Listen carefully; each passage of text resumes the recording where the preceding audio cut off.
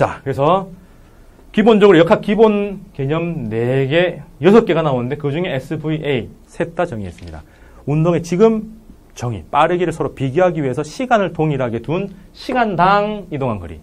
그래서 개념은 이동한 거리입니다. 단, 제한을 받는 이동한 거리죠. 몇 초? 1초 동안. 그걸 V라고 하고, 그러면 그거로 인해서 이동한 결과물은 뭐냐? V가 하나, 둘, 셋, 넷, T에 있다. 그래서 누적시킨 결과 S, 이동한 거리라고 하고요. 그럼 그렇게 해서 앞으로 변화가 어떻게 일어날 거냐? 운동은 원래 하는 거고, 운동이 변하는 것이 어느 정도냐만 예측이 가능하니까 운동의 변화, 그것도 표준화시키기 위해서 시간당이라고 해서 A를 정의하는 겁니다. 그래서 A가 굉장히 고차원적인 추론 과정의 결과입니다. 그래서 V를 읽어내는데 그리스 로마 시대 때는 V가 아니었어요. 운동은 가만히 있는 게 운동이에요. 원래 자리 이탈하는 게 운동이고 그 외부에서 원이 인쇄되고 그 이동한 외부의 자극이 끝나면 다시 원래대로 와서 가만히 있습니다. 신문제 사회하고 똑같죠. 신문제로 쫙 나눠지고 노예들이 쿠데타 일으키면 절대 안 되고요. 걔들은 밖에 나왔더라도 다시 자기 집에 가서 묵묵히 자기 일을 해야만 하는 그런 게 그 당시였죠. 그게 바뀌는데 1500년, 1700년이 걸립니다. 갈릴레이에 넘어와서 처음으로 운동은 그냥 가만히 놔두면 하는 것. 그래갖고 처음 관성 개념이 나오죠. 그 개념에 의해서 1법칙이 뉴턴에 의해서 정리가 되죠. 운동은 가만히 놔두면 하는 게 맞다. 그럼 뭔데? 외부에서 자극하는 거는 외부에 자극을 해줘서 운동을 하는 게 아니라 운동을 변화시킨다라고 해서 이 변화를 찾아낸 다음에 비로소 이 가속도에서 힘이 나온다라고 해서 이 법칙이 등장하죠. 1500년대 갈릴레이, 1600년대 초까지 해서 갈릴레이 한 60년 정도 지나서 뉴턴이 나오면서 이겁니다. 일반 교과서에서 잘못 기술되어 있어요. 뉴턴의 1법칙은 2법칙이 아류다. A가 0일 때 V는 일정하다라는 얘기인데 그건 말이 안 되죠. 그러면 뉴턴의 법칙을 1법칙 해놓고 이걸 2법칙으로 하든가 2-1로 해야죠. 1법칙으로 둘 수가 없는 겁니다. 그건 설명하기 위해서고 역사적으로는 운동이 무엇인가라는 철학에 기반해서 설명한 겁니다. 그럼 뉴턴은 그래 이렇게 해서 미래를 예측하는 이 부분, 변화를 주는 이 부분이 외부의 자극이다. 그걸 언어 중에서 제가 언어를 몇 개 못 배웠지만 일본 말에 들어 있습니다. 공부란 여러분들 지적 능력을 변화시키는 거죠. 그래서 거기 힘력자가 들어가잖아요. 뱅교수, 농담이 안 통하는구나. 뱅교수루라고 힘줘서 이게 딱 일한다. 힘력자가 딱 들어간 게 공부예요. 공부를 해야 자기 지적 능력이 변하고 사상적인 지평이 넓어지고 상태가 변한다라는 얘기죠. 그래서 힘줘서 하는데 힘이 벡터라서 아무렇게나 공부한다고 성적이 오르는 게 아니죠. 나 열심히 하는데 왜 안 올라요? 잘못 공부했으니까. 그죠? 그래서 전략적 마인드가 필요한 겁니다. 제가 그래서 그런 걸 많이 설명해 놨어요. 자, 그렇게 해서 힘이다. 그럼 힘은 가속도하고 연결되어 있는데 어느 놈은 힘을 똑같이 줬는데 확 변하고 어느 놈은 천천히 변하죠. 가라 해야 겨우 가고 가자라고 했는데 그냥 훅 가버린 놈이 있습니다. 가벼운 놈, 무거운 놈이죠. 빨리 변하는 놈, 천천히 변하는 놈. 그래서 그 변화의 정도를 M으로 해서 이렇게 정의하는 거죠. 그럼 이거는 운동의 변화 원인이죠. 운동의 변화 원인이고 이거는 운동의 주체에 해당하죠. 그래서 6개, SVAT, FM 6개의 개념이 운동, 역학이라는 게 운동에서 출발해서 운동의 대표, 그 결과, 그 변화, 그 변화의 원인 제공, 그로 인해서 운동하는 주체까지 밝힐 수 있었던 것. 운동의 주체인데 M이 클수록 뭐예요? 개김성이 투철합니다. 잘 안 변하려고 해요. 그래서 여러분들도 M이 엄청 크니까 제가 아무리 열심히 설명하고 가라 해도 개념이 잘 안 변해요. 그래서 부정적이냐? 아니요. 자연은 부정적인 거하고 긍정이 같이 있죠.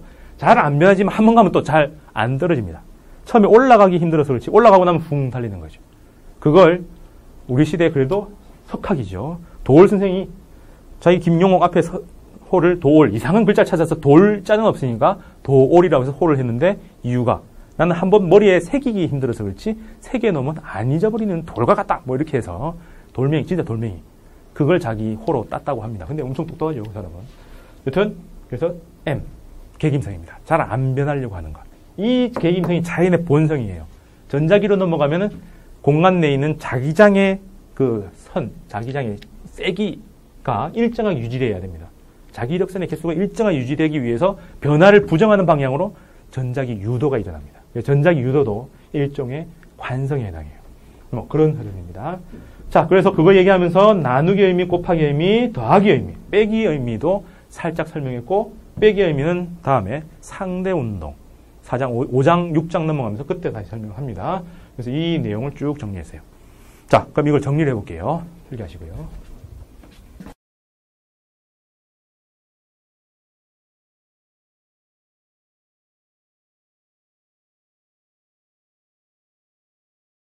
자, 그러면 역학이라 하면 운동과 힘인데, 운동이라 하는 것은 S와 V와 A, T로 되어 있다. 그리고 F의 M 항목이 힘 항목에 들어가 있다. 라고 설명했죠. 그럼 운동의 대표는 V입니다. 이게 대표. 그럼 그 결과가 S고 그 변화를 얘기하는 게 A에 해당하는 거죠. 그래서 각각을 정의를 해보면 V는 S는 S인데 시간당 변화는 S라고 하고, 얘들은 V로 달리다가 1, 2, 3, 4 T초 동안 누적된 결과라 하고요. 얘들은 V의 변화니까 변한 정도를 표준화시킨다고 이렇게 만든다라고 했죠. 그래서 이게 대표라고 하는 그 흐름이 뉴턴의 제1법칙, 관성의 법칙이고, 물체는 가만히 놔두면 운동을 한다. 그렇다면 정지는 같은 운동을 한다라고 설명하죠. 따라서 외부 자극 힘은 운동을 하는 게 아니라 운동을 변하는 데 기여한다. 이게 뉴턴의 제2법칙에 해당합니다. 그러면서 사칙 연산을 설명했어요. 더하기, 곱하기, 시그마, 인테그랄. 이거는 양, 이거는 질, 이거는 불연속, 연속으로 간다. 그러면서 나누기로 하면서 아주 중요합니다. 대부분의 물리 공식은 이걸 잘 이해해야 해석이 돼요. 뭐예요? 분모에 단위 개념이 들어간다. 그러면서 나머지 하나 빼기는 뒤에, 다음에 얘기했지만 뒤에 뭐가 들어가요? 기준이 들어간다. 이거는 상대 운동할 때 다시 나옵니다.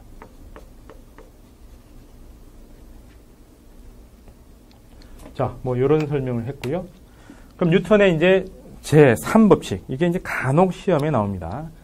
이게 제3법칙이 이제 여기 있는데, 힘이란 절대 혼자 작용하지 않고 쌍으로 작용한다. 힘은 기본적으로 상호작용이에요. 상호, 호상. 둘 사이에서 작용, 주고받는 겁니다. 그러니까 주고받기 때문에 힘은 항상 누가 누구에게라는 말을 줘요. 그래서 이 3법칙을 설명하면서는 누가 누구에게 하는 어떠한 힘이라고 나옵니다. 이 힘의 정체는 같지만 누가 누구에게를 바꾸면, A가 B에게 작용하는 만류력이라고 했었다면 B가 A에게라고 이름을 바꾸고 힘은 똑같은 거로 처리하면 이 둘의 관계를 작용과 반작용이라 부릅니다. 그래서 이런 둘 관계를 작용과 반작용이라 불러요. 그래서 항상 힘은 둘 사이에 주고받는 건데, 내가 주고 쟤가 나한테 주고받고 할 때 주체와 객체의 자리를 바꾸고 똑같은 등가물로 교환한다. 이게 작용 반작용입니다. 그런 이유는 뭐예요? 둘을 합치면 무조건 없어지게. 사람 간의 관계도 마찬가지죠. 내가 누구에게 100만 원짜리 선물, 100만 너무 많다. 10,000원짜리 선물 준다라고 하면 그 사람도 나한테 등가물이죠. 10,000원짜리 해당하는 걸 줘야 되죠. 그래서 서로 주고받는 관계. 그래서 신뢰가 쌓이는 거지. 그래서 내가 쟤한테 10,000원짜리 준다면 똑같은 10,000원이지만 그 가치에 해당하는 걸 걔가 나한테 준다. 그게 선물이다. 이렇게 나가죠. 누구는 100만원짜리 주는데 누구는 10,000원짜리 주면 바로 헤어지죠. 그죠? 뭐 여자친구가 뭐 백 해라서 백을 하나 딱 사줬는데, 여자친구는 수 놓은 거, 혹은 뭐 비즈공예 이런 거 막 주고 그러면 서로 싫어하죠. 그런 것처럼 주고받을 때 등가물로 교환하는 것처럼 물리에서는 똑같은 값으로 주고받는 겁니다. 이게 작용 반작용이에요.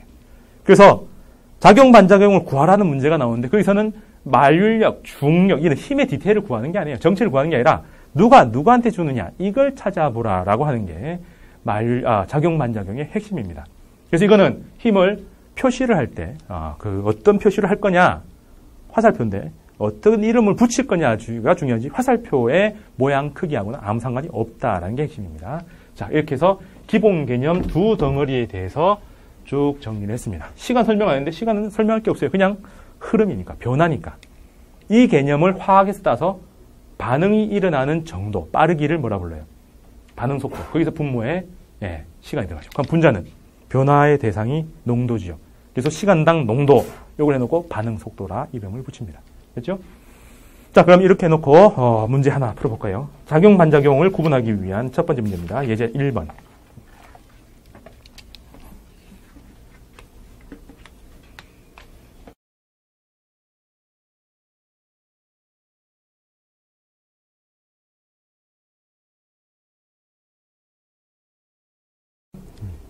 예제 1번은 지구 표면의 책상 위의 물체입니다. 지금 한 힘의 디테일을 종류를 안 배웠기 때문에 제가 표현을 하면 작용하는 힘이 뭐뭐이냐를 보면 물체하고 지구 사이에는 서로 당기는 인력이 있습니다. 그래서 이렇게 두 개의 화살표를 표시할 수 있어요. 그럼 이 화살표는 뭐라 불러요? 주어 뭐예요? 물체가 지구를 당기는 만율력이다. 그럼 요 두 개를 해놓고 자리를 바꿔요. 지구가 물체를 당기는 만율력이라고 하는 게 무슨 관계예요? 이게 작용, 반작용 관계죠. 어디 있습니까? 여 위에 있는 요거죠.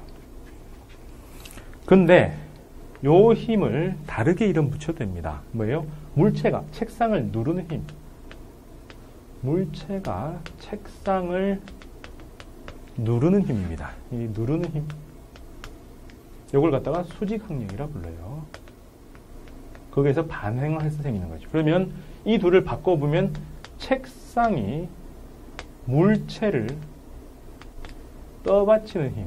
서로 물체가 접촉해서 작용하니까 이것도 수직항력의 일종입니다. 접촉해서 서로 밀치는 힘을 수직항력이라 불러요. 물체가 접촉해서 누르는 힘이나 밑에 있는 책상이 물체를 접촉해서 누르는 힘이나 똑같아요. 근데 우리는 위에서 누르고 밑에는 떠받친다라고 일상 언어에서는 구분해서 씁니다. 근데 또 이게 주체와 객체의 자리가 바뀌었죠. 그래서 똑같은 화살표인데 이렇게 이름 붙이면 이 밑에 있는 게 작용, 반작용이고요. 이 둘이 작용, 반작용의 관계인데 이름을 이렇게 붙여주면 어떻게 해요? 여기다가 위로 해놓고 요게 작용, 반작용입니다. 그러면 이 가운데 있는 이 화살표, 물체한테 달리는 이 화살표는 어떤 힘인가? 이거의 반작용을 구하라 하면 문제가 성립을 안 합니다. 이걸 지구가 물체를 당기는 만율력이라고 하자. 그렇다면 반작용은 이라면 물체가 지구를 당기는 만율력에서 이걸 반작용이라 하고요. 이걸 물체가 책상을 누르는 힘이라 하자라고 하면 이거의 반작용은 책상이 물체를 떠받치는 이 힘이 반작용에 해당합니다. 작용, 반작용 굉장히 쉬워요. 누구에게 집중해야 되지? 여기에 집중을 해야지 여기다 집중하는 게 아니다라는 것만 아시면 작용, 반작용이 굉장히 쉽게 풀립니다. 그렇죠? 자, 역학이 가장 기본되는 개념. 조감도에서 제일 가운데 딱 박혀있고 SVAT, FM 이 6개의 개념으로 딱 되어 있는 요게 가장 기본되는 개념이어서 1장이라 설명했습니다. 자, 1장 여기까지 마치고 2장으로 넘어가겠습니다.